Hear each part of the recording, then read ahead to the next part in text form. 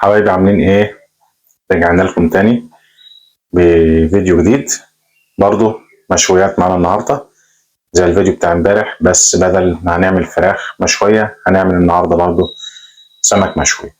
مش سمك مشوي بالردة ده طبعا اللي جه في دماغكم، لا، سمك بنعمله على الجريل عادي، على مكنة الجريل، بس مش بالردة ولا بالدقيق ولا بأي حاجة خالص.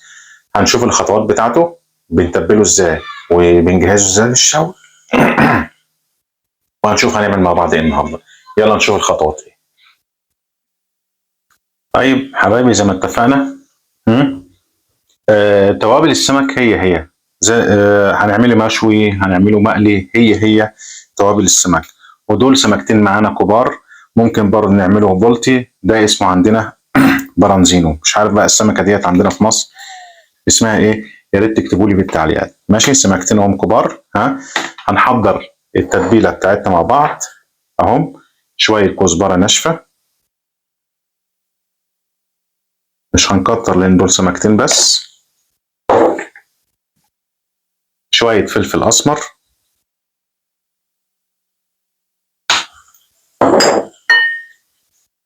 ملح،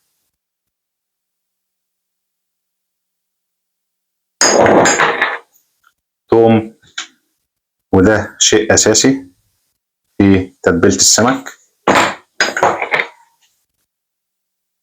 كمون،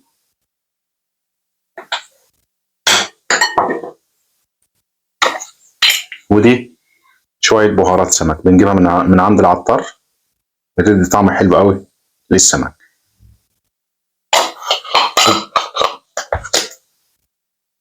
وبنقوم خلطينهم في بعض كده اهو.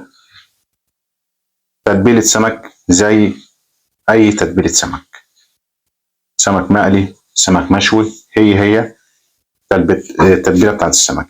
وبنقوم جايين فاتحين السمكية كده زي ما انتم شايفين، ومغرقين بطنها كده بالتتبيلة. التانية نفس الموضوع اهي.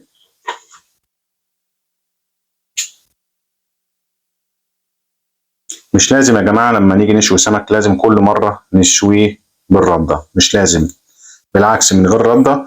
وبيتعمل على شواية الجريل بيبقى طعمه برضو جميل قوي قوي قوي. جربوها والله هتعجبكم.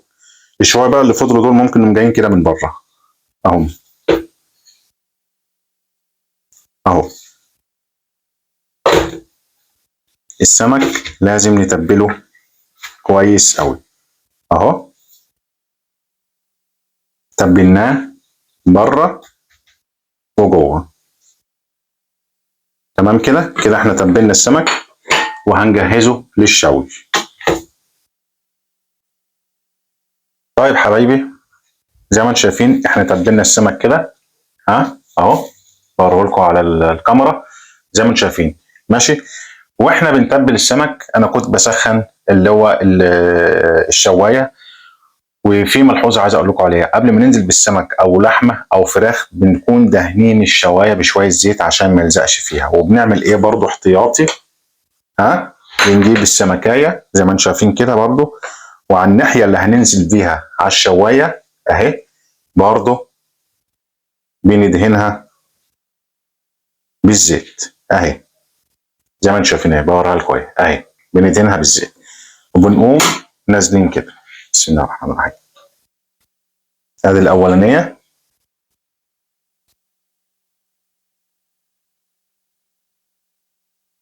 وادي الثانيه اهي. بننزل بندهنها بالزيت كده اهو. بندهن بالزيت كده. وادي الثانيه وحطيناهم على الشوايه. لما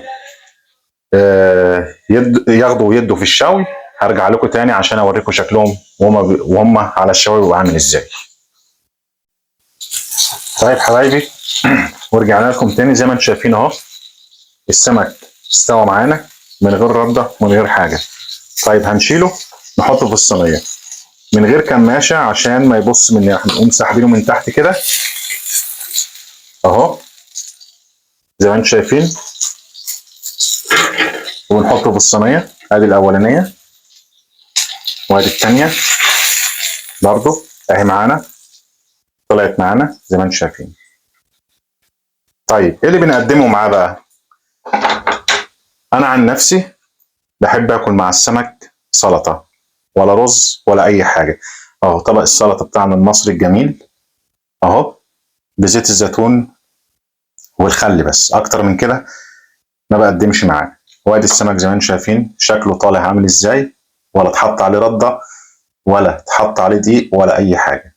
اهو بالمنظر اللي انتم شايفينه دوت استوى وشكله جميل جدا، ولا عمل دخان ولا عمل ريحه ولا اي حاجه. وزي ما انتم شايفين انا بشوي في المطبخ عندي اهو. شوف شكله عامل ازاي اهو.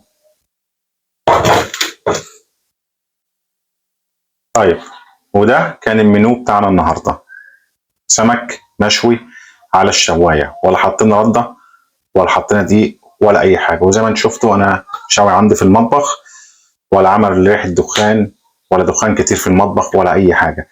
بطريقه سهله جدا، والله كمان اسهل واطعم من السمك اللي بالرده. يا ريت تجربوه. وزي ما انتم شايفين الصيف دايما بيحب المشويات، انا عملت لكم حلقه بالفراخ المشويه وعملت لكم حلقه بالسمك. يا ريت تجربوه، المشوي صحي على الجسم، وكمان بيتهضم بسرعه وما بيعملش اي مشاكل. ويا رب تكون حلقه النهارده برضو عجبتكم، واتمنى يا رب رجاء وليس امرا دعمكم ليا على اليوتيوب وعلى التيك توك. وارجوكم تعليقاتكم اذا كان الاكل اللي انا بقدمه بيعجبكم ولا لا. وبرضو رجاء تاني نشر الفيديو عشان الناس تشوفه. وبرضو رجاء وليس امرا، واشوفكم في حلقه تانيه جديده ان شاء الله. السلام عليكم.